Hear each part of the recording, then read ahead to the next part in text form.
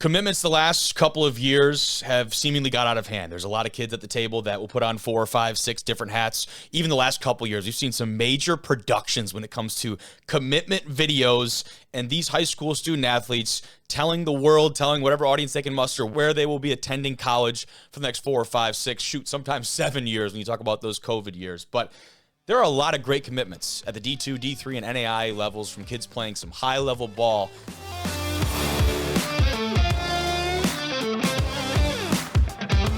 That is what we're talking about today. Hello, and welcome back to the D1 Rejects Recruiting Report. I'm your host, Kobe Manzo. This episode powered by Alfonso Voltaggio at Suburban Ford of Romeo. He's a D2 football product for those Glaek football fans out there, Saginaw Valley alum, big supporter of small school football. Stop in, see him about test driving a new Ford today. And that's what we're talking about. Small school commitments today. Joined once again by Dan Fedrosi. Talk to me about the timeline, where we're at right now, early January, and the commitments at these smaller levels. Yeah, thanks for having me on. Again, I love talking about this. Enjoy talking about kids that are going to go on to play at Division II, Division III, NAIA. You know, we're only a few weeks away from kids getting a chance to sign their scholarship papers, kind of start moving forward. There's been so much change in college football, especially, but even all college sports are changing right now. But to get some sense of foundation is really important in the recruiting process. So when you talk a little bit about the timeline, we've had even small school programs and players that have committed to those programs for the last few months now. And that's what's changed over the last 15 years, Kobe. When I was coming out of high school, you kind of found out what was going on after your senior year, even in some cases, the biggest schools. Then it really started ramping up. You saw kids being committed before their senior year at the highest of levels. And then as I got into coaching in the mid 2000s, you started realizing you needed to be on these kids before their senior years. Yep. And with that becomes, what's the opportunity? What's our potential offer? And then potentially making a commitment. So the timeline has always been kind of ramped up. But what I try to tell people all the time is, recruiting hasn't been sped up. It's been lengthened.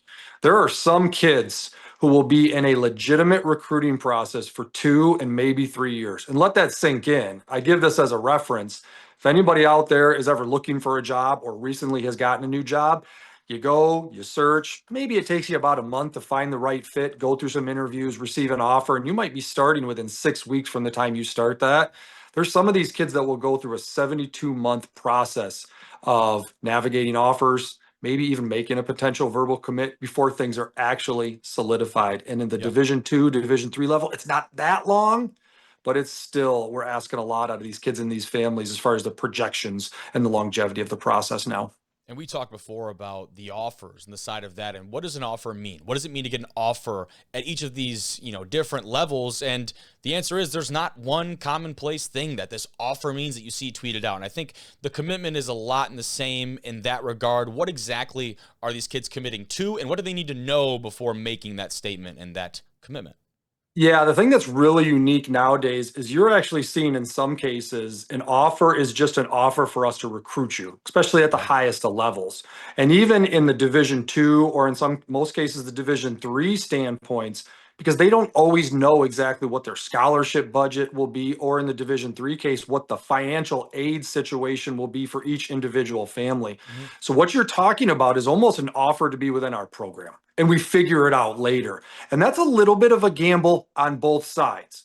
Okay, I really am very supportive of the student athletes, but there's an element that this is hard on the college coaches too. I've never met a college coach in any sport that doesn't want what's best for the student athlete. Now, you scroll social media, you look on X, you'll think differently because people will tell you differently. I've never met those coaches. So it really is both ways where we're trying to navigate this with a lot of potential. We're trying to navigate this with a lot of, shaking the hand and being honorable. And that really holds true. But the reality is the quicker you can ask for the facts, the quicker you can ask, what does this offer mean? And more importantly, is it committable? Colleges, especially with the new roster limit landscape at the highest level, only have so many spots. And as I remind people, even at the Division II, Division III level, they only have so many locker spaces. Mm-hmm. So while you have to throw out a lot of offers verbally to make sure that you get a good class, That includes transfers and high school players. You also can't take everybody. So there's so much movement, like recruiting process when it gets to the offer and commitment stage is so malleable. Like it can change, it can adjust. I hate to use the word negotiation, but there can be some negotiations going on. And that's what's changed. And that's what people, I always try to tell them, come down to a little bit of balance. Don't get frustrated. Be ready for the answers. Understand the college programs have a lot on their plate as well too. When the players, families, and coaches do that, I think it matches better up with the colleges, and they end up having a better college career. Absolutely. Yeah, I'd agree with you there. And on the back half of that, when they feel that they're ready to make that decision, what are some of those things when it comes to, okay, I feel like I'm prepared for this? What are some things I need to be aware of when it comes to actually making that decision? And what can I expect on the back half of that? Because like you said, it's not like you commit and you're on campus the next day. Yeah, I mean, at the end of the day, first off, if you have the facts in front of you, first and foremost, financially, if you know what their offer is financially right now, I always say consider every possible situation in the Yeah. moment.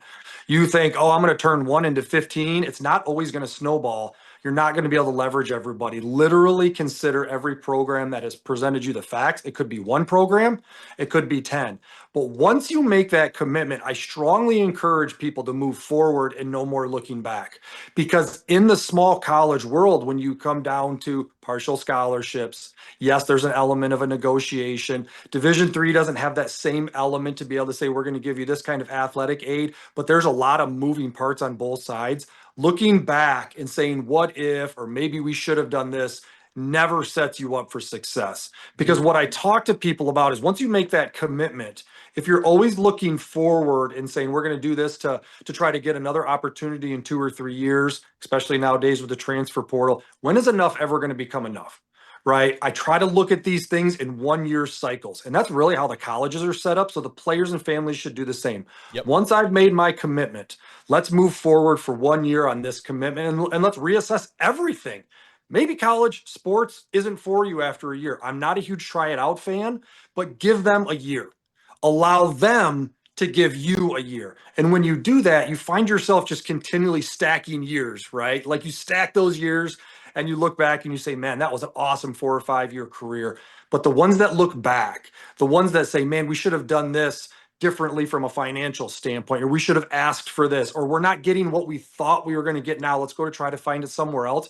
You're constantly always chasing, and it's almost like you never get out of the recruiting process. And for many families that know me will know the recruiting process can be exhausting. It's nice to set your feet in the ground, move forward, and not look back on what maybe you could have gotten an extra 1% or an extra $100 here and there. It's time to focus on being a student, an athlete, and ultimately deciding what you want to do with the next 40 or 50 years of your life.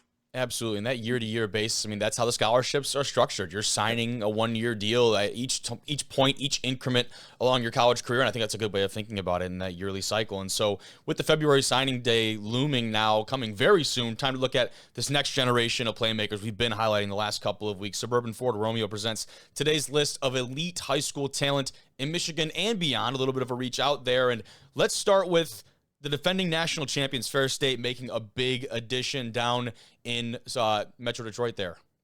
Yeah, I mean, Ferris has done just an incredible job of development. I'm not trying to take anything away from their ability to recruit, but recruiting a lot of times has to do with facilities, has to do with all the glitz and glamour of coming to campus. Now, Ferris can show you a lot of national championship trophies, but they probably don't have the premier facilities in the country or maybe even in their own league. Now, they're building, they're growing, they're getting there. They've got a brand new, beautiful weight room that the athletic director, Steve Brocklebank, has been a huge part of growing. Obviously, Coach Anise and the entire staff has been a huge part of that and the success of all the different sports.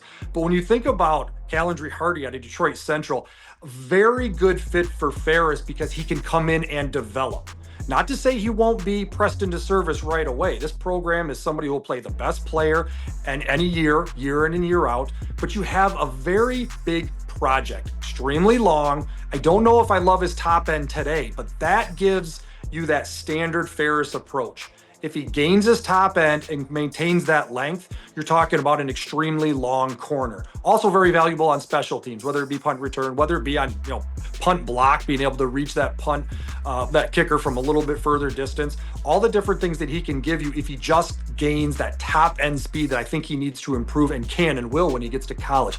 But let's say while he's doing that, he gains some mass. He gets a little bit bigger. He gets a little bit stronger. And maybe that top end doesn't turn into a 4.5, 4.6 guy. He stays in that 4.7, 4.8 range. He can play safety in this scheme that they run.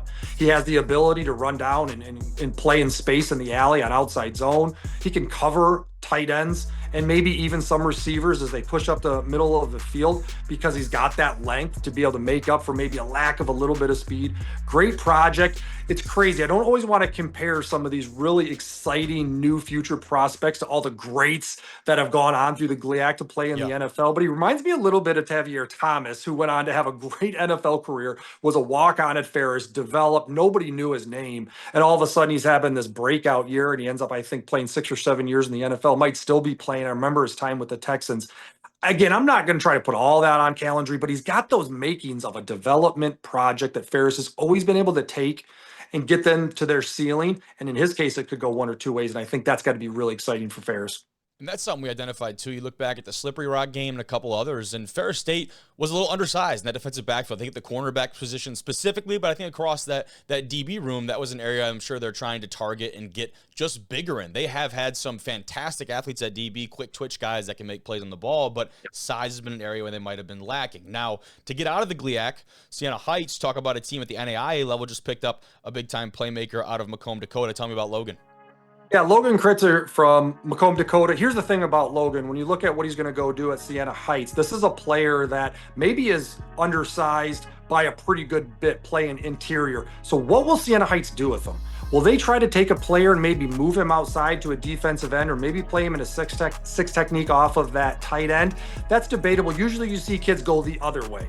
Okay, but the reality is what was really impressive to me about Logan was his ability to do this in the MAC Red. So when you're talking about a player that can play at that level of competition, maybe at a little bit undersized, if he gets into that strength and conditioning program at Siena Heights and he does gain that weight, he's prepared. He's going to have a foundation that he can play 3 technique. Heck, he might even be able to move inside to nose. And that really, I think, creates some ability because he's prepared for that. He's taken the pounding. He's played at one of the highest conferences in the state of Michigan, and he's obviously done some successful things. Now it's about kind of going and expanding on that. So for him to play in that level of competition in that conference, if he can take that and really expose the strength and conditioning growth piece for him, huge opportunity to plug and play in at minimum 2 years. But if he's got to continue to develop, maybe he doesn't put on that mass. Can they move him outside to one of those, 5 techniques or somebody who doesn't find themselves in space too much? That'll be very interesting to see what he can do. But do not discount level of competition, especially in this state and where he's going to play. Talk about a guy who has a lot of the intangibles, maybe not as much of the tangibles. And I think that kind of flips here with the next guy we're going to talk about with Amari coming out of Henry Ford and going to Wayne State, a dude who has the frame to go play, and I mean at a lot of different levels, but obviously has a lot of room to grow and a very high ceiling. Tell me about him and what he's going to be able to do, hopefully, with the Warriors.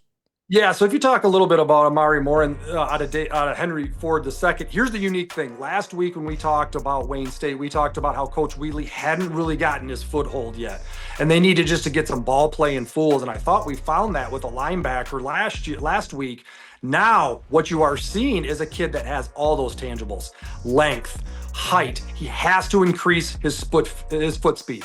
He's got to get quicker. He's not going to be able to really hold up in the Glaek if he doesn't improve his lower body movement skills, but the length is there. So now you're talking about mixing in good football players with kids that have kind of those metrics that you're looking for. It's funny because he reminds me a little bit of a coach, Andrew Biedenbender, out of a Mount Pleasant High School, a much younger coach, Andrew Biedenbender, out of Mount Pleasant High School, and now is having a great career as a coach at Grand Haven High School. Very proud of what he's done, but I remember recruiting him. Now, I would probably say Amari's a little bit bigger already, but Andrew kind of had those same tangibles, extremely long. And we knew that if he were to take those steps in the strength and conditioning program and put the mass on, he would be a dominant left tackle in the Glaek. And he ended up being that. Now, Amari, I think, really needs to improve his foot speed. I don't know if he's going to need to gain the mass to really go out there and be a dominant player at Wayne State and make the impact for the Warriors to kind of get over that hump. It's going to be about how much can he attack probably his conditioning, how much can he attack the agility drills to improve that footwork, because I think the other tangibles and metrics are there for him to really step in and play a huge role in a couple of years as they start progressing forward.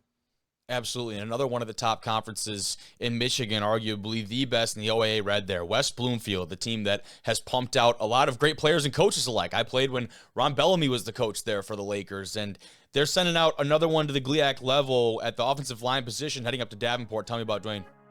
Yeah, Dwayne Broom is another very interesting offensive line prospect. Now, I must have really been thinking about the trenches this week. I wanted to really highlight some of the players that are going to play in the middle, but that's been Glaek football for a long time. It's always important everywhere. Everybody knows that the most dominant teams are always going to have the best offensive and defensive lines, but the Glaek, I think, has really taken the reins. But here's a very interesting prospect that I think has the ability to play in any one of those three spots interiorly. I think whether he can snap or not will determine, obviously, if he can play center for all the teams that do shotgun snapping now. It's not just something you can take and teach as much anymore. You kind of have to have that skill set. But the question will be, can he play tackle?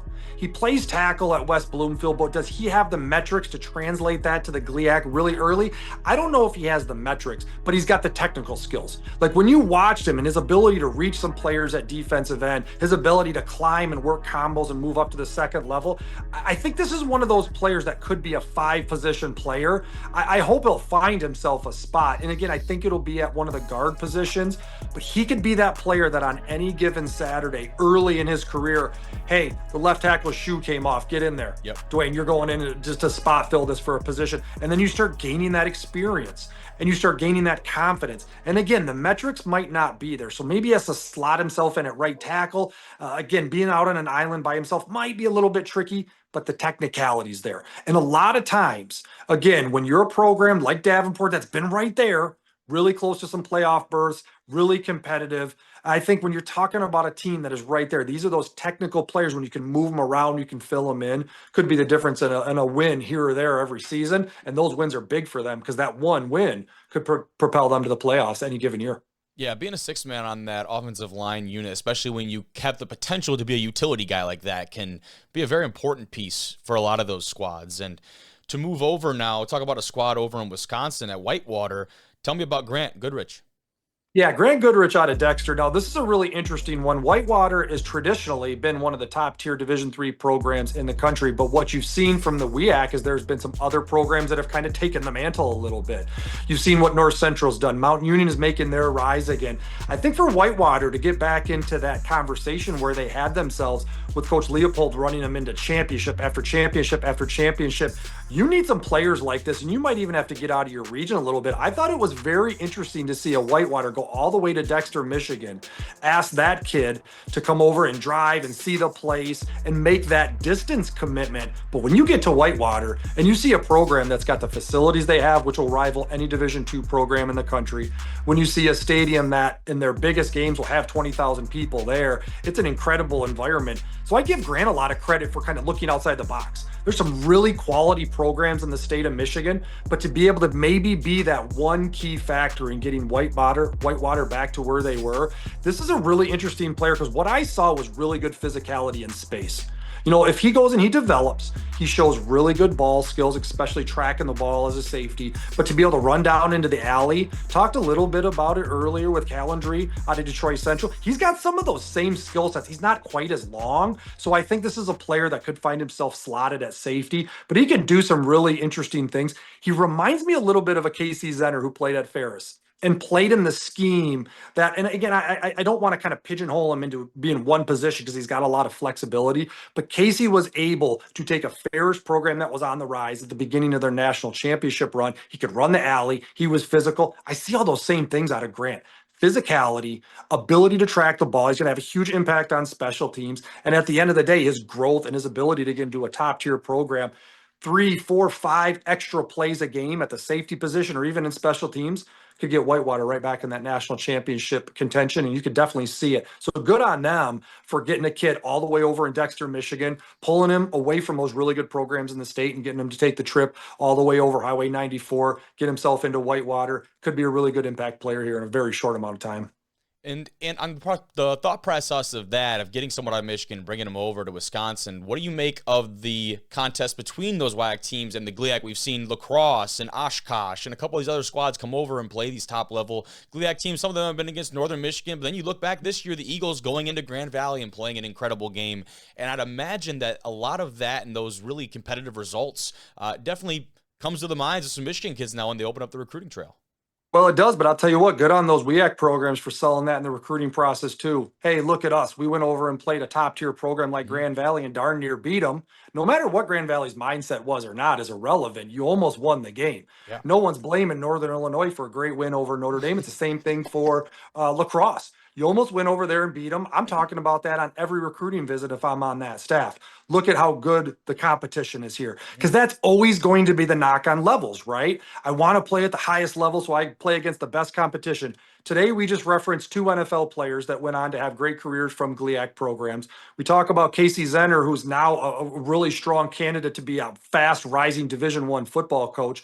You can get all these things that you want from finding the right fit for you. You can go over and you can play at a Whitewater, and you may have a crossover with one of the top tier Division II programs, whether it be in the GLIAC, maybe you go play an MIAA program like Northwest Missouri, maybe you play an NSIC team and you realize, wow, we first off might beat these guys. Then number 2, I realize I'm this good. And sometimes it's just about where the chips fall in your process. So I think it's a great example of Whitewater saying, we're not going to limit ourselves. We're not going to allow anything other than us going to try to find the best possible players it takes for Whitewater to be successful, to win a national title. So I think that's a great recruiting tool for those programs. You could do the same thing at Hope. Coach Sturzman could talk about the success he's had. And I don't know if they've had any GLIAC crossovers or even any NAIA crossovers, but I very well bet you take a lot of these top tier Division III programs, they're going to give Division II programs a run for their money. Absolutely. And you might even be able to say the same for Division II going up to FCS.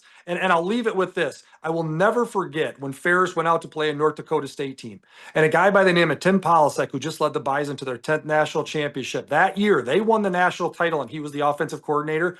And I said, hey, congratulations. He said the best team we played that year was Ferris State, led by a Coach Anise team who put up 30 on them. Just a Carson Wentz-led Bison team put 50 on them. And it just goes to show the level of competition is very strong at all levels. Go embrace it. But again, good on these coaches from Whitewater and all over the place for searching out the right talent that's going to take them and ascend them to where they want to be. There's absolutely overlap at every level, and I think that's the fun part of the small college football, quote unquote, because there's a lot of people who would consider that FCS the small college, kind of group it into this, and I think that's a really big part of it. But those are the playmakers for today's episode. Remember to go see the Pride of Utica Eisenhower today at Suburban Ford of Romeo. Talk to our guy Fonz about getting you in a new Ford. Thank you for his support, and thank you for joining me and talking about more of these guys. Enjoyed it, Kobe. Looking forward to talking again soon. Absolutely. I'll see you. Have a good rest of your afternoon.